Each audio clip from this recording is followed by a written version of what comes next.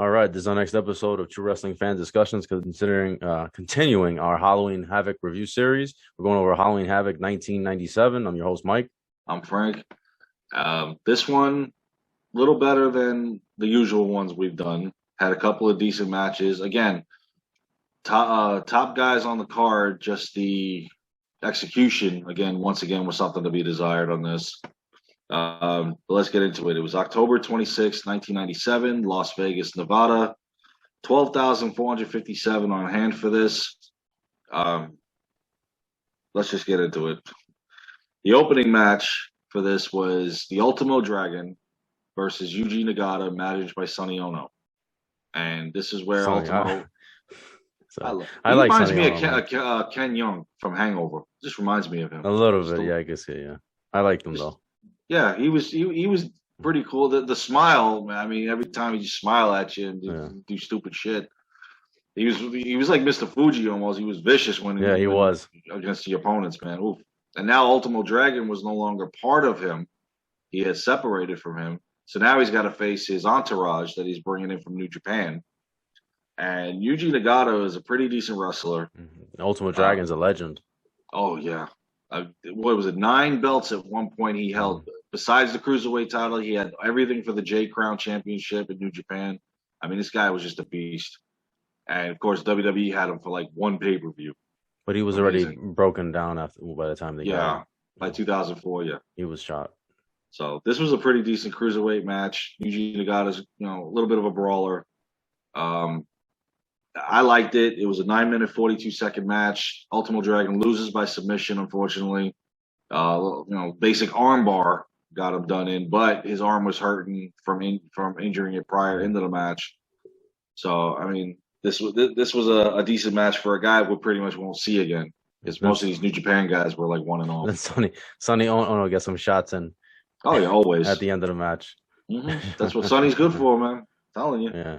I want to say that this Halloween Havoc, it looked really good, man. I love the production of this Halloween Havoc. The way that Go ahead. The way that it looked, the green and everything, and they had the tombstones as usual. You could see the production value. Yeah. It looked good. Slim Jim was all over the place because they were sponsoring. But Macho Man had the contract with them, so. Yeah. And you notice this was the first Halloween Havoc that Crockett's name wasn't on one of the tombstones. Prior to that, they always had Crockett's name on there. And this time they just put stupid shit like Elvis lives and Wash and those tombstones didn't last for long. Let's just put it that way. We'll get to that later. The design and the set look pretty good, but the sets, Halloween Havoc sets always look good. This styrofoam came out later and that stuff. And I don't know if this is the one that they changed the logo. What was the year before? I forget when they changed the logo. Maybe it was the year before when they changed the Halloween Havoc logo to the guy like that. Yeah, I think it was the year before. It was the year before. They had that all over the place. Remember they had the shirts? Yes, they all were wearing them. And of course, we had the same 3: Dusty Rhodes, Tony Schiavone, and Bobby Heenan. But the one thing that took away from this pay-per-view was the fact, and they do this all the time, is they'll keep talking about the main event while they were doing it again during the Mysterio match, and that was one of the best matches on the card. Well, at least they didn't keep saying where the big boys play. No, that's over. No, but I'll get to how nobody can understand Dusty later on during the DDP match because as he's laughing and go, and then Tony Schiavone is like, "You need a drink of water or something?" Yeah, that's the only thing I don't like is when they take away from the match that they're watching, and they really didn't do that in the first 2 matches because you had Mike Tenay talking about the backgrounds of the Japanese wrestlers. But always with the whole NWO and Hogan. And to me, and my thing about that is that this isn't a Monday Nitro where you need people to continue to tune in. Yeah. They already bought the pay-per-view. Exactly. So you don't have to keep selling the main event so people stick around. Or even the sly way Hogan's trying to get out of the main event with the whole our safety and all that nonsense. Yeah, but they just kept talking about it. And I didn't like Hogan's promo on this. I don't know if you liked it. The promo he did with Eric Bischoff. Oh, where it was, Bischoff was trying to guarantee his safety and stuff. I just felt like Hogan was rambling. He was rambling, yeah. So he tends to do that from time to time, especially when he was Hollywood. So, in any event, our next match was Lionheart Chris Jericho, which if you watch it now on Peacock, they're playing Break the Walls Down, which is funny because he came out to his music the year prior, but for some reason it was dubbed into this time. Yeah, I don't know. And by the way, the music for the pay-per-view itself was Marvelous Mark Merrow. If you didn't catch that, because Larry Zbyszko came down to Mark Merrow's theme. So when he was when he did the boxing gimmick, that theme was used in this pay-per-view. So I know that didn't happen originally, so it was dubbed in. Yeah. Pretty cheesy. So Chris Jericho in this one fought this was a impromptu match. This was an unadvertised match. It happened last second against Ghetto, something. Okay, whatever. Ghetto, I guess his name was. I don't know. I don't even know. Another New Japan. It was a one and off. I think he maybe done another pay per view. I'm not sure. Another New Japan pro wrestler, Iron Mike Tenay, was livid about this guy. He had his whole background. That's the one thing I did like Mike Tenay on the broadcast, because he could always give you the Lucha Libre and the backgrounds. He was very knowledgeable. With the cruiserweights, he knew everything. Bobby Heenan didn't know anything about them. No, and he would make fun of Mike Tenay. Go, do you know his shoe size as well? Right. I mean, Mike Tenay, that's the one thing I liked about Nitro when he was on there. He was always knowledgeable of these guys. Mm-hmm. I mean, he could tell you everything about them. This match wasn't bad. Chris Jericho almost killed himself. Yeah. Trying to do, what did he call it? Was the Lion Salt? No, it was called the Jericho Spike or something, where from the top rope. And he's lucky. He was going to break his neck. Yes, because it looked like he landed that way and could have done damage. Luckily, he only busted up his face. Right, yeah. But when I'm watching this, I'm like, oh my god, he was so lucky. I thought he got hurt when I saw it. Yes, because the way he landed. Yeah, he didn't land right at all. And then there was another move in there that the two of them had botched. They botched, yeah. There was several that. I think at the end, I think even at the end, I think they botched that when this guy jumps off the top rope and he kind of misses. Yeah, right before he put the Lion Salt on. Yeah, I think that was a botch. Yeah. And I was about to call it the Walls of Jericho, but it was the Lion. It was the Lion Tamer. The Lion, yeah, because the way he had him, like. Yeah, that's the way he used to do it. Yeah, and he came into WWE doing that, and Vince was like, no, we can't do that. Because the guys were getting neck injuries. Not necessarily from that, but from other stuff. I don't want to get too sidetracked, but there's a period I remember where everyone was hurting their necks. And they started. He would just do the Boston Crab and call it the Walls of Jericho. Which wasn't the same. No, it wasn't, because the Lion Tamer was awesome. The Lion Tamer, yes. You're right on this part. Yeah. How could you not submit? I mean, really, and this was right before he would start his Crybaby. Yeah. It'll never, ever. I mean, right now he's coming out going, "Come on, baby." Yeah, he's still. And everybody was like. They were starting not to care. You could tell a little bit. It's unfortunate because he liked doing the gimmick, and then he had to change it up a little bit. But when he changed it up and became a heel, he did some of his greatest microphone stuff, especially with Dean Malenko and with Goldberg. So Jericho wins by submission. It was a 7-minute, 18-second match. So now our next match, in my opinion, it stole the show. There were 3 very good matches on this card. You can rank them how you choose. I'm still trying to figure out how I would rank it, but this one is definitely in the top 2. This was title versus mask, which is something that Mysterio has done 8 times prior in his career. And according to Mike Tenay, won them all. And this was Eddie Guerrero defending the Cruiserweight title against Rey Mysterio. This, to me, stole the show. Just everything they did in the ring. And they botched once on the top rope, but they bounced back from it quickly. Mm-hmm. It was just a fast pace. Somebody's got to screw up because of the pace of this match. Exactly, and the high flying stuff that they're doing, especially in between the ropes, out to the floor. And this is Rey Mysterio at his peak, at his absolute peak before all the injuries. Because he was so young and he was healthy. 22 at this point. Yeah, he was tremendous. And Guerrero, if I'm not mistaken, was he was in his late 20s at this point. About 27, I believe. So he was still, because I got to notice that it was a memorial for him because his birthday had just passed. Yeah, so he just turned 54. Yeah, he's probably would have turned 54. Yeah. So yeah, he's about 27 at this point. So he's still in the prime of his career, looking great. And he wasn't he was in very good shape. He was muscular, but he wasn't really that big, so he could still really move around. Yeah. Yeah, he didn't start getting the big overnight until WWE when he faced Brock Lesnar. But still, I've always said I was a fan of Eddie Guerrero in the ring. And maybe more of a fan of Guerrero in WCW than I was in WWE. I mean, I like the antics he did there, but the wrestling that he did with the cruiserweights in WCW is what made me watch the first hour of Nitro all the time. Oh, yeah. Because that's where you would catch them. That's right. Yep.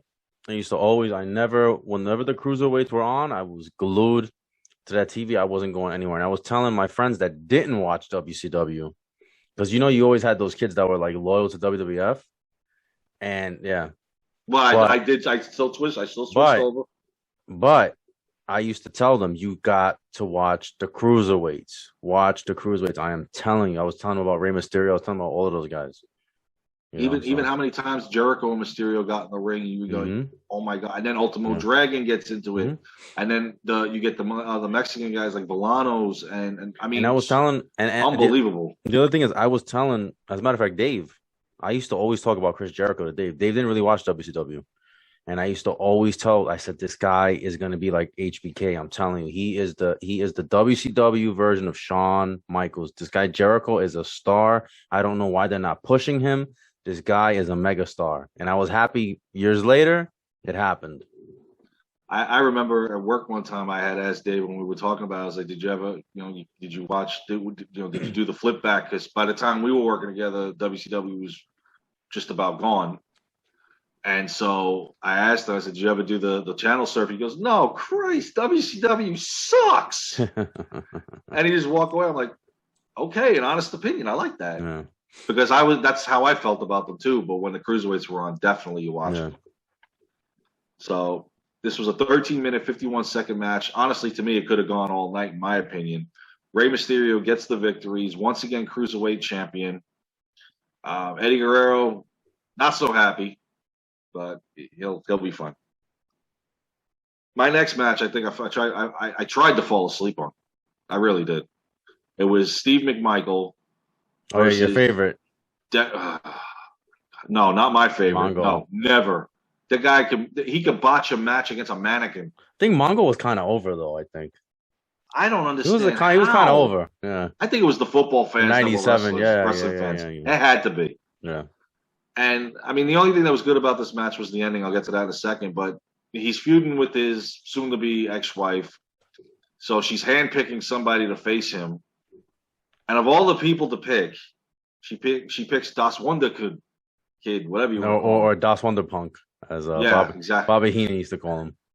Alex Wright. He was a good wrestler. At one time in 94, 95, he was a high flyer. He was turning heads with the fans, and then it's all of a sudden it's like, oh, it's Alex Wright. He just got stuck with a bad gimmick. He could wrestle. He did. He's forgotten. People forget about him. I used to think he was a good wrestler. When they changed him over to Berlin, I just like, okay, it's over. Yeah, it's over. And then he's got the Wall as his sidekick or his bodyguard, and I'm just like, this is over. Yeah. If he tried, this is like Glacier trying to come back for the third time. I mean, this is not happening. And this match, I can't even say it was good because it's Mongo botch every move McMichael against the kid. Alex Wright gets the victory. Now this is where the match gets totally asinine. Yes, I haven't seen this in 20 years, and I forgot all about this. And when it happens, I'm like, what is going on? You got to be kidding me! Yeah. How retarded is Charles? I don't want to say that word. How ridiculous is Charles Robinson that you didn't see this? Goldberg comes down. Yeah. Spears McMichael. Yeah. Right behind. He's right behind him. He turns too. He turns. Yeah. When he goes for the jackhammer. Yeah. He's he turns and then walks the other way. He walks the other way, yeah. And I'm like, how do you not know this is going on? Right. Literally a foot behind you. Yeah. He jackhammers McMichael, picks the kid up, throws him on him for the 1, 2, 3. Alex Wright gets the victory. Yeah. And the reward for this is the Super Bowl, Mongo's Super Bowl ring from the Chicago Bears. When Alex Wright tries to Oh, thank you. Get out of here, decks him. But I didn't see. I completely forgot about this. Completely forgot about it. Goldberg had just shown up maybe a month prior on Nitro. Yes. So Goldberg is new. So watching this, and I'm like, what were they initially going to make him a heel? Like, or did she Nobody knew because Kevin Sullivan wanted to keep him mysterious. He kept him off the microphone. Right. But they didn't. This is the most he spoke the whole time. He was there. But they didn't really. He kept telling him, my ring. I got my prize. The fans were kind of split. They weren't really cheering him. Like, there was some cheers, but there still didn't know what to think of him. In there. Yeah. And he starts screaming, and then they kind of start cheering once he starts. Because in the beginning, when he was wrestling, he wasn't wrestling just heels. He was wrestling both. Right. Heels and babyface. Yeah. I just thought that. And when Sullivan had said on the Monday Night Wars thing, I wanted to keep him mysterious, so he left him off when Mean Gene tried to interview him, he wouldn't. Right, he wouldn't talk. But I just thought this was kind of weird, like to just throw him in there. And exactly, I didn't like it. WCW. Yeah, I didn't like the big boys don't know what they're doing. Yeah, so. But Charles Robinson not being oblivious to everything going on, literally right. I mean, if he moved his foot back, he's going to touch. He's right there. That they screwed that up, but I like that. I like the spear from Goldberg, and then Alex. The spear wasn't even good, man. It was all right. Look, it was Mongo. The spear he gave to Mongo. Mongo, that was awful. See, that's where I say Mongo. The spear was good. Mongo didn't sell it. I don't because he doesn't know how to wrestle. All right, maybe. Go and watch on YouTube McMichael versus Goldberg on Monday Nitro. And you'll see how bad McMichael was at this point. And the fact that they put the U.S. title on this guy, oh my God. But Mongo's the one that he kind of gives him a fight. That was Goldberg's because that match went like 6 minutes. Yeah. So it was like Goldberg actually has a real challenge now, but whatever. No, he didn't. Weird ending. So it was like that Nitro match between the two was like 10 miscues from McMichael, and Goldberg became pissed. But then again, Goldberg had his own. They might fight at Starrcade too. I think they do. They do. Yeah, because the feud this started. Yeah. So our next match wasn't any better. It was the Disco Inferno versus Jacqueline. And because it was an intergender match, like they had to tell us, because it was an intergender match, the TV title was not on the line. This match was a waste of time. It was, seriously. The crowd wasn't into it. I wasn't into it. And I was like, I just wanted this to end. It was stupid. They were running around the ring. And the fact that this was 9 minutes and 39 seconds. 9 minutes and 39 seconds too long. Exactly. Seriously. This was bad. I don't even know why they put this on. If you're going to have this feud or you're going to have this fight, if you want to choose to have this fight, do it on WCW Saturday night. But don't put this on your pay-per-view. Or if you're going to put on, it's got to be like 4 minutes on the pay-per-view or something like that. Or if you're going to even put it on it. I won't even dare put this on the pay-per-view. But if you insist on it, I'm watching this and I'm like, this event is kind of good. And then they throw this in there and I'm until this match. Bad. I mean, you're telling me you couldn't find a Harlem Heat match to put? You couldn't find another Cruiserweight, an NWO match? No, this is bad. I mean, we had, Yeah, so. Our next match, though, and I actually put this on our site last night, the My Spot. I don't know, I think you caught that. Yeah. Because when I saw this match, the first thing I thought of was that skit with Six, Nash, Conan, and Buff Bagwell. Not just any spot, my spot, dog spot, little spot, but my spot. He goes, the same women that have been following the Horsemen for 20 years. Yeah. You could tell when the Horsemen came to town, there were a lot of unpaid bar tabs. Dude, I was cracking up when I watched this. I watched that video after I watched the pay-per-view, and I was cracking up. Yeah, that was great. This was one of their best skits, especially Six over there with the tears and stuff. And, oh my God. And for anybody that's like, huh? This was for the WCW United States title, which they never even really told you that it was for the title. I remember this because I've seen it before, plus I looked it up. This was for the United States Championship. It was Curt Hennig versus Ric Flair. Yeah. Now this was as a result of Fall Brawl. He had his robe.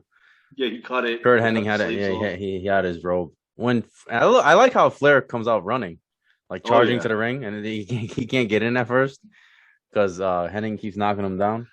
Well, then at this point, Flair's 44. I mean, come on. Yeah, I think it might be even older than that. Older than that, yeah. And Shivani's like, this isn't about the title. He says this is like, I guess it's personal or whatever. 47. That's what he was. He was 47. Yeah. So this was so Curt Hennig was offered Arn Anderson's spot as a result of his injury. They go to Fall Brawl War Games. So Hennig turns on them, joins the NWO. So this was personal. Was that when Hennig slammed his head into the? Or was that another time when he slammed his head into I believe the that's door? The door. Yeah. The War Games, the cell door. Yeah. I believe this was it. And I mean and then that skit that they did was just classic, setting this up. The match was pretty good between the two. One of my favorite parts of that segment was what's his name? Buff Bagwell. Buff Bagwell as Curt Hennig, and he's got the fake ponytail, and he's chewing the gum, and he's got the towel. Oh my god. He was like, I tell you what, I don't really like you. Right. I don't really like the Four Horsemen. Yeah. But an honor. Man. Oh my god. That's great. That's great stuff. And then Conan's over there and Nash is like, good Mongo. Yep. He's got the wig, right? He's got the neck brace backwards. Yeah. He's got the skin walls. Oh Jesus. He's got the pillows for the belly. Yeah. No. Oh man, they did this classic. Definitely. And oh man, it was good stuff.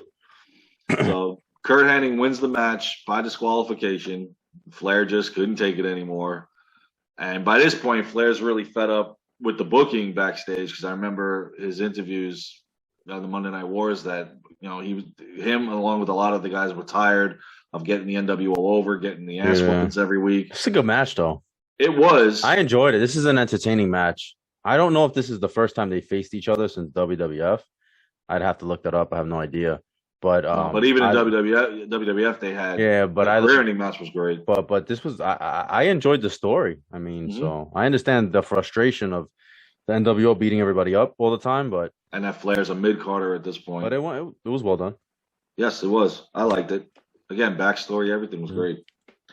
Our next match was Lex Luger versus Scott Hall with the special guest referee Larry Zbyszko, the living legend only in his mind. Yeah. So, and this was the start of the feud between Hall and Zbyszko. It culminated. They eventually had their fight. Of course, Zbyszko goes to Starrcade, fights Bischoff. Brett's the referee on that one, unfortunately. You don't bring him in as a referee. We've said that already. And so, Zbyszko was having a hard time being bipartisan, I guess. Neutral, Neutral, there you go. I'll use that.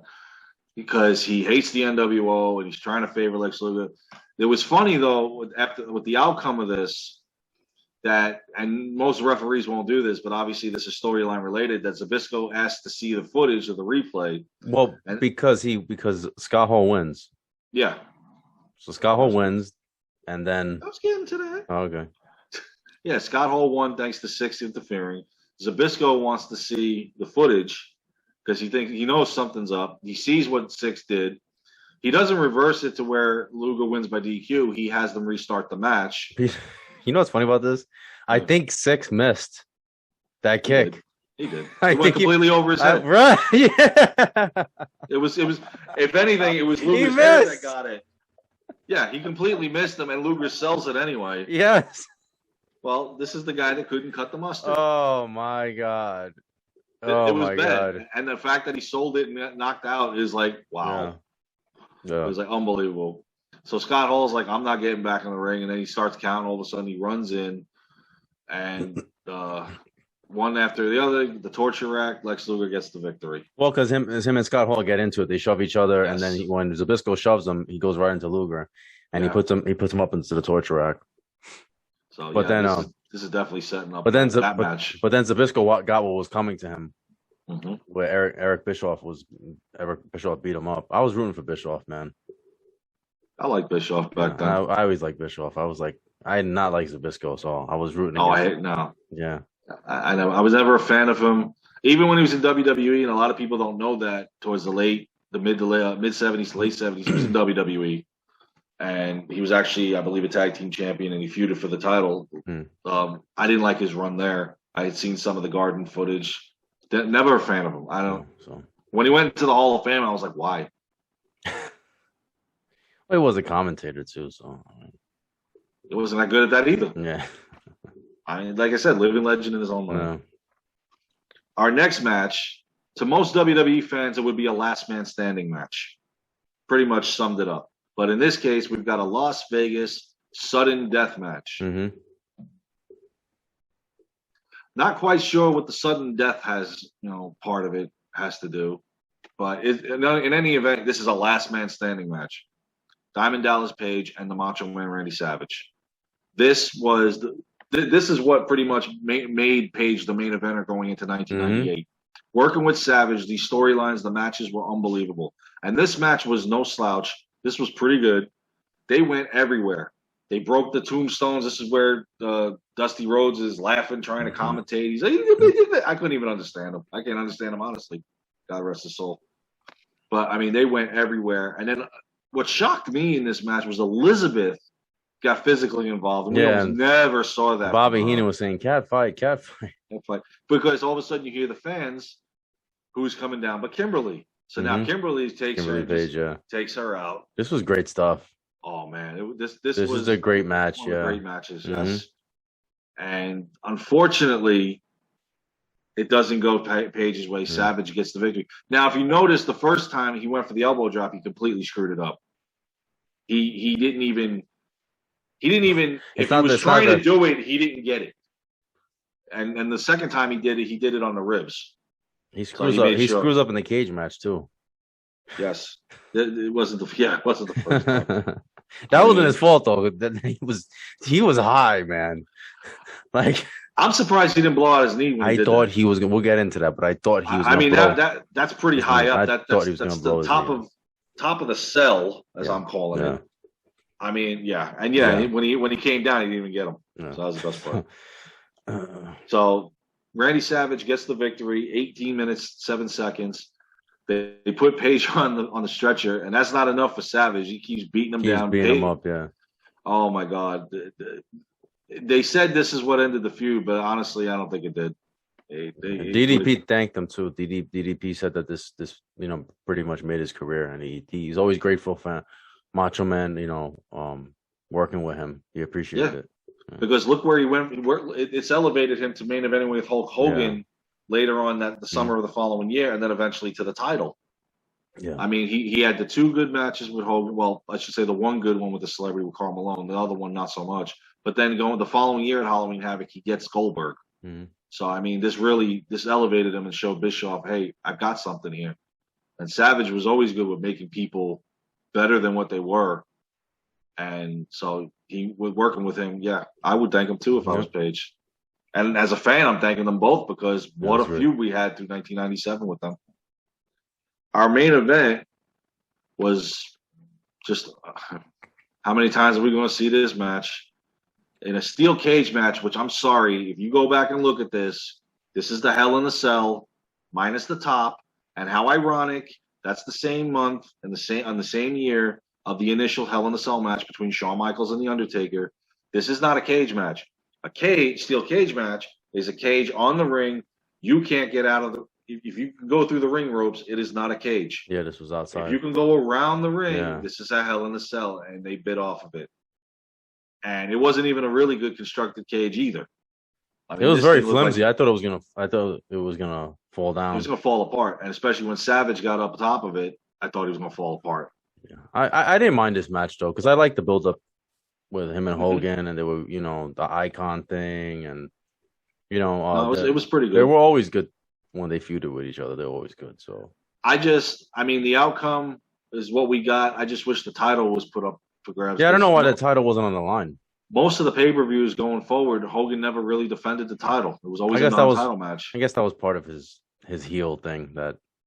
Oh, I'm not putting the title on. Yeah, I'm not putting the title on the line. I guess because Roddy Piper gets the victory.